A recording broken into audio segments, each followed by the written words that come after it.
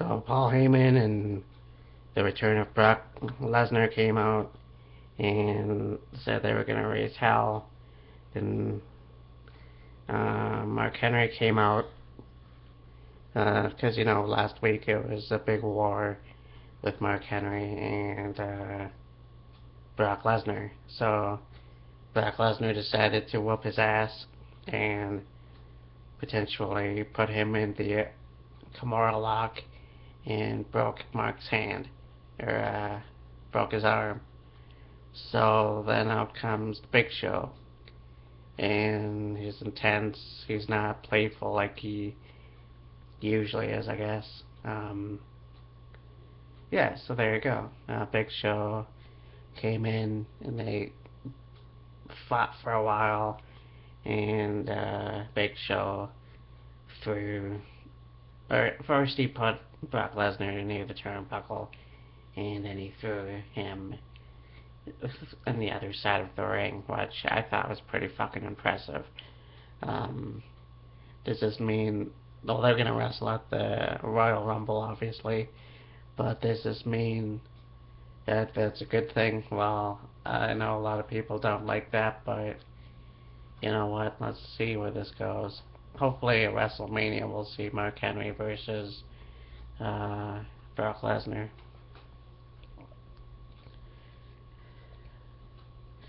So,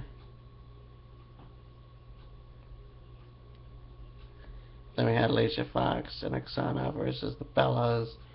I'm never really paid too much attention to the diva scene, but they beat the Bellas, which I thought was an awesome thing to do. I'm not a big fan of the fucking Total Divas show, and I'll get to that in a minute.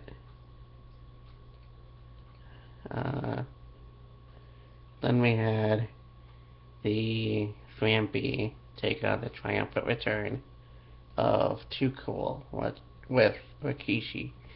Now, that was a take team that was back in the late 90s when they revamped Scott Taylor and Brian Christopher. They revamped, and then in 2000 they became Too Cool. So they came out, and holy shit, these guys in the early 40s, but they still look fantastic.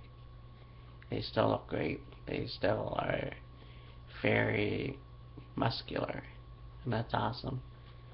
The only thing is, and a lot of people said this, is that Rikishi did not do the stink face. Well, yeah, whatever.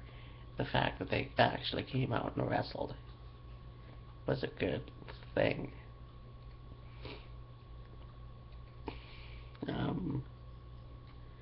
Then Roman Reigns defeated CM Punk.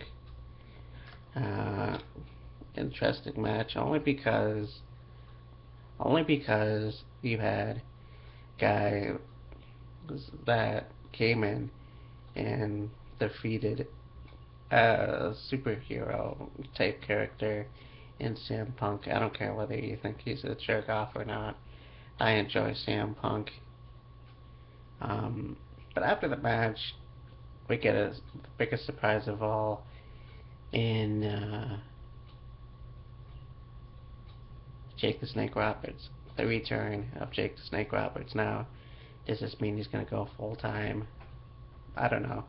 But for the 57, 58-year-old man who went through hell for decades and did the DDP yoga, and this guy, he looks better than ever. He looks better than when he returned for the highlight reel. He is amazing. That DDP yoga does wonders. I just hope that he stays away from the drugs, away from the cigarettes, and away from the booze. So no telling what's going to happen. But, so he came back. Now I want to talk to something that I think is complete bullshit. That is the Total Divas show, and the fact that, main event, it's no surprise that Caitlyn has left for good at the WWE. Now, I don't know if this is because of the whole Total Divas bullshit thing. I don't. but it pisses me off because there's a very talented female wrestler, very talented, and she was a bodybuilder at one point, and now she's gone.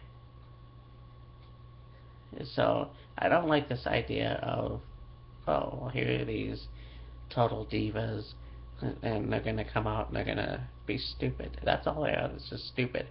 They're not being tough. They're not being cool. It's high school. These were the chicks that I went out with in high school. Not went out with, but these are the chicks that I knew in high school. They're not acting their age. They're stupid. It's just a dumb show. And the fact that Celeste Bonin is gone.